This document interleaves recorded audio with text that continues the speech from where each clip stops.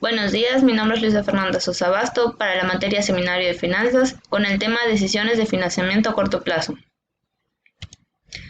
Para poder hablar de tomar decisiones acerca de tener un financiamiento, es necesario tener las diferentes fuentes o opciones que existen en el mercado al momento de requerir un préstamo y para poder llevar a cabo las diferentes actividades de una empresa. Primero que nada, necesitamos saber que el financiamiento es la consecución de los medios necesarios para efectuar inversiones. A cada una de las formas de obtención de medios se les denomina fuente financiera. O, en otras palabras, es la obtención o préstamo de recursos por fuentes externas o internas que están programados para que se reembolsen en el transcurso de un determinado tiempo. En este caso es a corto plazo y representa un lapso menor de un año. Y por lo general las tasas de interés son mucho más bajas. Además, este no restringe tanto las acciones futuras de una empresa como lo hacen los contratos a largo plazo. Y su objetivo principal es la obtención de liquidez para poder realizar actividades. Existen diferentes fuentes de financiamiento a corto plazo en las que se pueden señalar los créditos, el factoraje, el arrendamiento y el almacenaje. El crédito. En términos financieros, la palabra crédito es una acción financiera en la cual una empresa presta una cantidad fijada de dinero a otra persona, mejor conocida como deudor. Este último se obliga a devolver la cantidad requerida en el plazo de tiempo pactado de acuerdo a las estipulaciones para efectos del préstamo, incluyendo los intereses. Este es el llamado pasivo circulante y consiste en las cantidades que la empresa debe a proveedores, acreedores, bancos, efecto a pagar, etc., por razón de la actividad económica de la empresa. Al no pagarles al contado, asimismo podemos decir que son los créditos que los bancos aprueban para acompañar a las empresas en su ciclo de negocio. Son créditos que tienen su duración máxima de un año, como ya habíamos mencionado. Entre las opciones de crédito podemos mencionar que hay varios. Los principales son el crédito bancario. Este es un contrato mediante el cual la entidad financiera procede a la apertura de una línea de crédito y se compromete con la empresa a permitirle disponer de una cantidad de acuerdo con sus necesidades, pero hasta alcanzar un límite acordado. Y solo se pagan intereses por las cantidades que hayan dispuesto y no por lo que se les dio. Entonces, si un banco nos ofrece 100,000 pesos, pero solo utilizamos 80, solo vamos a pagar intereses por esos 80. También tenemos lo que es el préstamo. El préstamo es un contrato mediante el cual una entidad financiera entrega a la empresa una cantidad de dinero previamente pactada y se compromete igual a devolver dicho dinero con intereses ya prefijados según el plan de amortización establecido. Acá el prestario paga intereses por la totalidad del fondo recibido, ya que pues dispone automáticamente del dinero, a pesar de que él lo vaya utilizando en otros momentos. Tenemos el crédito comercial, que esos créditos surgen como consecuencia del aplazamiento del pago de las compras efectuadas a los proveedores. Son también conocidas como créditos de funcionamiento. Esta fuente tiene su origen en el periodo de financiación ofrecida por los proveedores tras las ventas de la mercancía, y lo habitual es que sean de 30 a 90 días y suele concederse para facilitar pues la materialización de la venta de los clientes. Aquí hay que entender que no es lo mismo un crédito bancario o uno comercial. El primero es un dinero que nos presta el banco y el segundo se refiere a nuestros proveedores nos adelanten la mercancía. Asimismo tenemos a los pagarés, que son un documento que extiende y entrega a una persona a otra mediante el cual contrae la obligación de pagar una cantidad de dinero en la fecha que se figure en el documento. Y los papeles comerciales, que son una especie de pagarés no garantizados, pero son emitidos por las empresas y en poder de bancos y fondos de pensiones. El arrendamiento es una fuente de financiación externa que se utiliza para financiar el uso de activos tales como maquinarias, locales o vehículos, también conocida como leasing, que proviene del verbo inglés to lease, que significa arrendar o dejar en arriendo.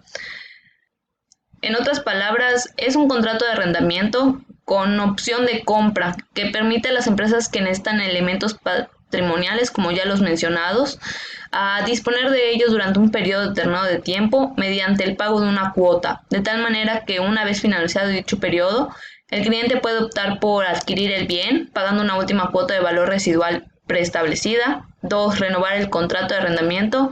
O 3. No ejercer la opción de compra entregando el bien al arrendador. y pueden ser de dos tipos, el arrendamiento puro o el financiero. El puro es el contrato por el que se obliga a una persona física o moral a otorgar el uso y goce respecto de un bien a otra persona física o moral, quien a su vez en contraprestación debe efectuar un pago convencido por cierto periodo, ya sea en efectivo, bienes, créditos o servicios. Este arrendamiento solo otorga el uso y su goce, mientras que el financiero se trata de un contrato por medio del cual se obliga a una de las partes a financiar la adquisición de un bien mueble o inmueble durante un plazo pactado e irrevocable por ambas partes, que forman parte del activo fijo de otra persona física o moral. Y la parte del arrendatario se obliga a pagar las cantidades que por concepto de renta se estipulan en el contrato. Al finalizar el plazo del contrato, el arrendatario debe transferir la propiedad del bien objetada del contrato y el pago de una cantidad determinada que deberá ser inferior al valor del mercado del bien. Durante esto, los pagos serán por un monto inferior al que se fijan del plazo inicial y a diferencia de otras fuentes, el arrendamiento permite la financiación del 100% del bien.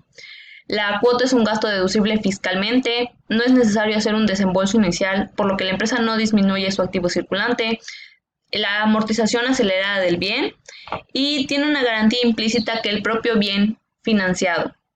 En su contraparte, los inconvenientes es que tienen intereses muy elevados, por lo que es recomendable solo para la compra de bienes de inmovilizados con riesgos de obsolencia. Tenemos lo que es el factoraje. El factoraje financiero es un servicio especializado que ofrece servicios con alto valor agregado, como custodia, administración y gestión de la cobranza, evaluación crediticia de riesgos de compradores y financiamiento, dando satisfacción de necesidades de liquidez de inmediato o de capital de trabajo para las empresas por medio de la adquisición de sus derechos de crédito y de sus cuentas por cobrar o pagar. Por así decirlo, es la venta por parte de la empresa de los derechos de cobro sobre los clientes a una empresa o un determinado financiero. Esta opción de financiamiento proporciona gran liquidez y evita los riesgos de impago. Hay dos tipos de factoraje, que es con recursos o el puro. El factoraje con recursos consiste en un producto mediante el cual, a través de la cesión de los derechos de cobro de las cuentas por cobrar vigentes documentadas con títulos de crédito, facturas, contrarrecibos, etc., se anticipa un alto porcentaje de valor de la operación y los requisitos son los siguientes. La empresa con antigüedad mínima de 2 años, se requiere firmar un contrato de factoraje con recursos y suscribir un pagaré a la orden del factor. En cambio, el factoraje puro es un producto mediante el cual se compra el riesgo total de la operación anticipado al cliente, el valor total de sus documentos menos el cargo financiero, honorarios y aforo, en su caso. En este factoraje el cargo financiero es mayor, ya que el factor adquiere el riesgo total, por lo regular es anticipado y con cobranza directa. Y los requisitos son los siguientes, como es necesario firmar un contrato de factoraje sin recursos, este producto está dirigido únicamente al sector corporativo, operaciones documentadas en pagaré, y el cliente deberá entregar los documentos en que conste los derechos de crédito que van a ser objeto de la transmisión. Los beneficios que brinda el factoraje son de 3 tipos. Tenemos el financiero, que nivela los flujos de efectivo en caso de ventanas adicionales, reduce el nivel de apalancamiento financiero. Los beneficios son económicos, reduce el costo en áreas de crédito y cobranza y cubre el riesgo de cuentas incobrables. Y los beneficios estratégicos permiten a la empresa dedicarse al desarrollo de su negocio y se ejerce una mayor presión de pago por parte del cliente. También tenemos el almacenaje, que la mayoría de las empresas da por sentado que el almacenaje no tiene ningún costo, pues se encuentran en sus instalaciones. Sin embargo, esto tiene un costo muy grande para las empresas que pasa desapercibido, ya que si bien el almacenaje en el conjunto de actividades que se realizan para guardar y conservar artículos en condiciones óptimas para su utilización desde sus producciones hasta que son requeridos por el usuario. Es importante el análisis de los diferentes costos asociados en la compra, en el almacenaje, en la utilización de productos, y estos pueden clasificarse en 3. tres tipos de costos. Los costos de aprovisionamiento, también conocidos como costo de pedido y de compra. El tiempo es dinero, por lo tanto, todo el tiempo que se invierte en un pedido de compra dentro de uno de los departamentos es un gasto para la empresa. Para sacar el costo unitario por pedido de compra, se suman todos los gastos anuales de cada departamento y se dividen proporcionalmente entre el número de pedidos por año. Los costos de almacenamiento. Tener existencias en los almacenes cuesta, por esto, mientras más cantidades almacenadas de cualquier tipo de material o artículo, mayor el incremento de sus costos por unidad anual. Los costos más comunes de almacenamiento son los costos de inversión, que es el dinero invertido en existencias, el espacio, ya sea por ejemplo una bodega, tiene un costo ya sea de la propiedad de la empresa o sea rentado. Estos materiales siguen ocupando un espacio que tiene un valor de renta. Los seguros, sobre todo el valor de inventario y sobre los riesgos de mercancía, el personal, que son las horas hombre necesarias para el volumen manejado y administrado, los impuestos sobre la inversión, la obsolescencia, que es la renovación continua de estar actualizados dependiendo de lo que busca el consumidor. Aquí aplicamos lo que es la moda en lo que es la ropa, y los desperdicios, cuando el volumen almacenado es más grande, el riesgo de que se estropee, se pierda o simplemente no funcione en condiciones óptimas es más alto, y esto se refleja en un costo de inversión más alto. Otros costos de almacenamiento que debemos tomar en cuenta serían luz, fletes, teléfonos, costos de demoras, daños y pérdidas provocadas en el manejo de los artículos. Estos costos pueden variar y ser más o menos dependiendo del tipo de una empresa. Pero pongamos un ejemplo, si el total de gastos de un almacén fuera de 250,000 pesos y el valor de alimentario promedio de 5 millones, haciendo la división nos daría un 0.05. Este factor de 0.05 que se obtiene es la representación de los gastos de almacenamiento por peso invertido en el inventario. Y para los costos de escasez, cuando llega a haber un faltante en un material que no puede sustituirse, puede llegar a ocasionar el paro total de una operación, o en el peor de los casos, el paro de varias operaciones que funcionan en cadena, la maquinaria o la mano de obra parados por consecuencia del faltante y ocasionando pérdidas, y estas se vean reflejadas en un costo más alto de manufactura. Aunque se llegara a surtir el faltante, ya ocasionó la pérdida, y aun cuando las operaciones se reanuden. Con independencia del tamaño de una empresa, una administración eficiente no ignora la opción del financiamiento al revisar sus activos y posibilidades de actualizarlos.